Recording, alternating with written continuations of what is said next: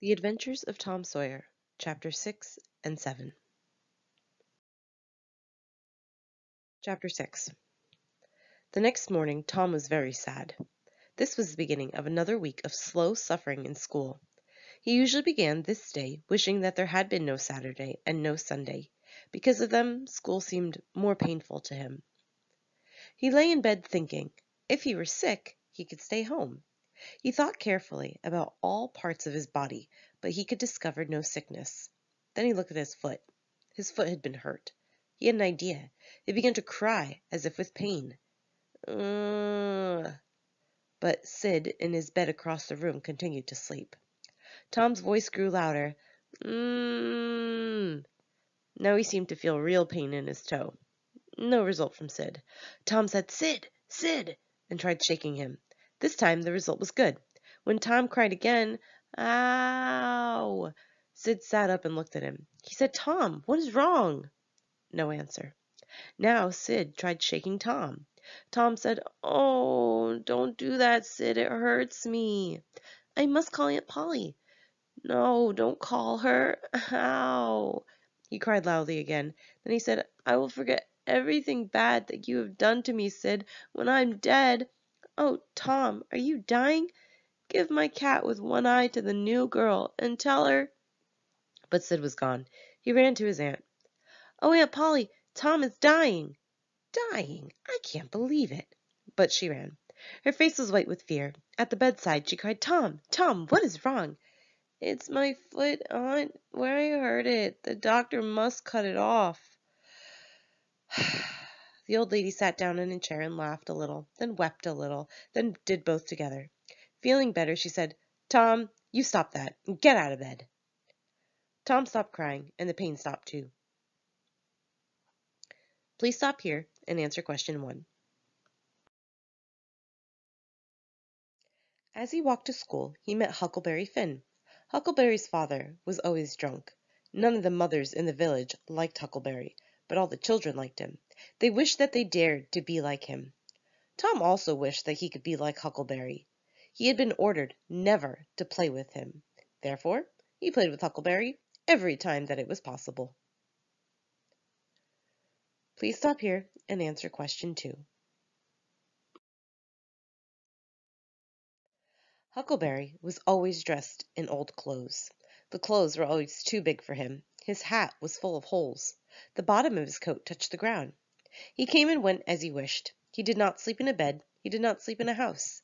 He did not go to school or to church. He could go swimming or fishing when and where he might choose. He was the first boy to wear no shoes in the early summer. He was the last boy to wear shoes in the early winter. He never washed. He had everything that any boy could desire. Please stop here and answer question 3. Tom said, Hello, Huckleberry. Hello yourself. What is that? Dead cat. Let me see him, Huck. Where'd you get him? From a boy. Well, why do you want him, Huck? To take off these warts. Huckleberry showed Tom the small spots of thick, hard skin on his hand. I take 'em off with a bean, Huck. Yeah, a bean is good. I've done that. Well, how'd you do it?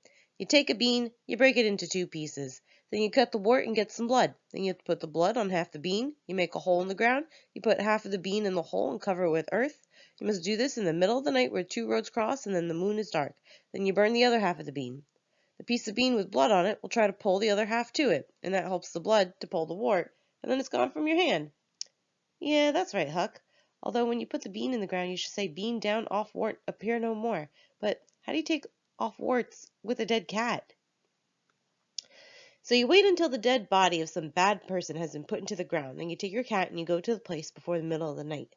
At the middle of the night, a devil will come and carry the dead man away. Perhaps 2 or 3 devils will come. You can't see him. You can only hear a sound like the wind. Or perhaps you can hear him talk. And when they take the body away, you throw the cat after them. You say, Devil follow body, cat follow devil, warts follow cat. That will take off any warts. So, please stop here. Answer question 4. Did you ever try it? Not yet. Huck, when are you going to do it? Tonight. I think that they will come to get old Hoss Williams tonight. But they put him in the ground on Saturday. The devils would take him Saturday night. The devils can't come until 12. At 12 on Saturday night, it's a Sunday. Devils can't come on Sunday. I never thought of that. Hey, let me go with you? If you're not afraid. Afraid? Will you come to my house and call to me and make a noise like a cat? Yeah, but you answer. Another night I came to your house saying meow meow like a cat, but you never answered. And your neighbor threw stones at me. Yeah, Polly was watching me, but I will meow this time. Tom continued walking to school. He went in quickly and sat in his seat. The teacher looked at him. Thomas Sawyer. Tom knew that trouble was coming when his whole name was used. Why are you late again? Tom looked around the room. He saw the new girl. No girl sat in the seat beside her, and girls sat in all the other seats on the girls' side of the room. He said, I stopped to talk with Huckleberry Finn.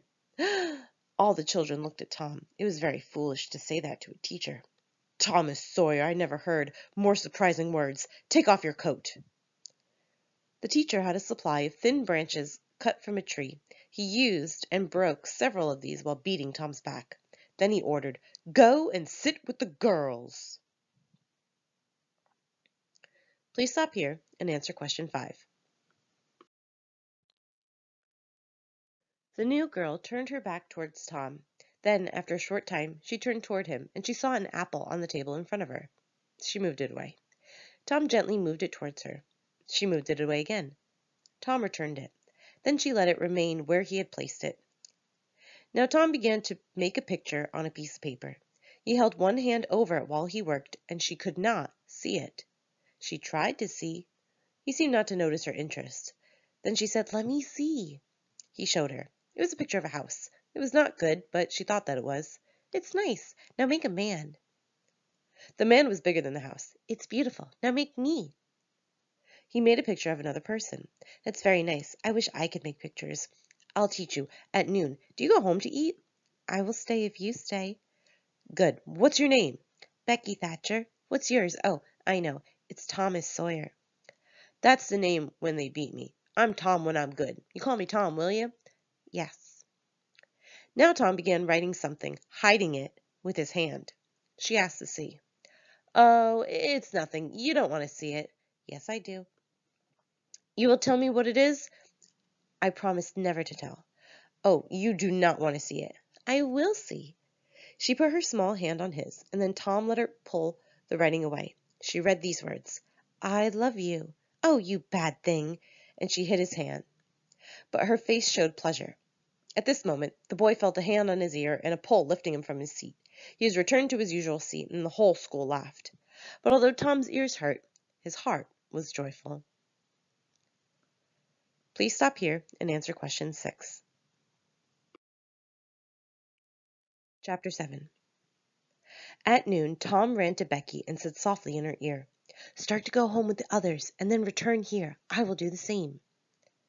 Soon both had returned. Now they were alone in the school. They sat together, and Tom put his hand on Becky's, guiding it. They made a picture of another house. Then they talked. Tom was filled with happiness. He said, Becky, were you ever engaged? What does that mean? Did you ever promise to marry any boy? No. Would you like to be engaged? What do you do? You tell a boy that you will marry him, then you kiss. That's all. It's easy. Why do you kiss? They always do that. Do you remember what I was writing? Yes. What was it? Shall I tell you? Yes, but not now. Tomorrow. No, now. I will say it quietly, Becky, close to your ear. He put his arm around her and said the words quietly. I love you. Now you tell me. She made him turn his face away. Then she came near. Her breath moved his hair as she said, I love you. Then she jumped away from him and ran around the seats, with Tom running after her. He caught her in a corner, with her hands over her face, but her hands dropped, and Tom kissed her, and said, Now it's all finished, Becky, and always after this you can't love any boy except me, or marry any boy except me. Please stop here and answer question 7. And you can't marry any girl but me. Certainly, that is part of it, and we will walk to school together, because we're engaged. It is nice. I've never heard of it before. Oh, it's fine. Me and Amy Lawrence. The big eyes told him that what he had said was the wrong thing. "Oh, Tom, I'm not the first that you were engaged to?" She began to weep. "I don't love her now. I don't love any girl except you." More weeping. Tom took from his pocket the thing he valued most. It was a ball-shaped object of no worth, but as bright as gold. "Becky, take this." She hid it from his hand to the floor. Then, filled with anger, Tom marched out of the school and over the hills and far away. He would return no more that day. Becky had not really wanted him to go, and when he did not return within a few moments, she called, "Tom, come back!" Then she wept again. Please stop here and answer question 8.